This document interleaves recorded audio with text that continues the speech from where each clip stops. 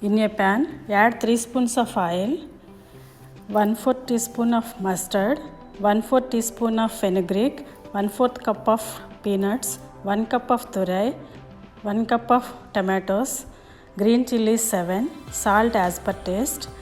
Salt it well. Keep medium flame to cook.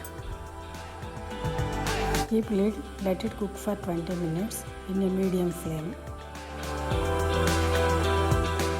Stage, you switch off the flame and let it cool down to blend.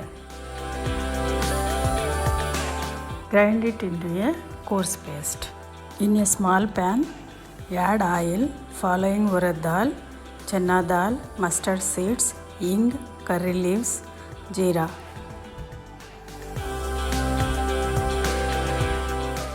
Add this seasoning to grinded chutney.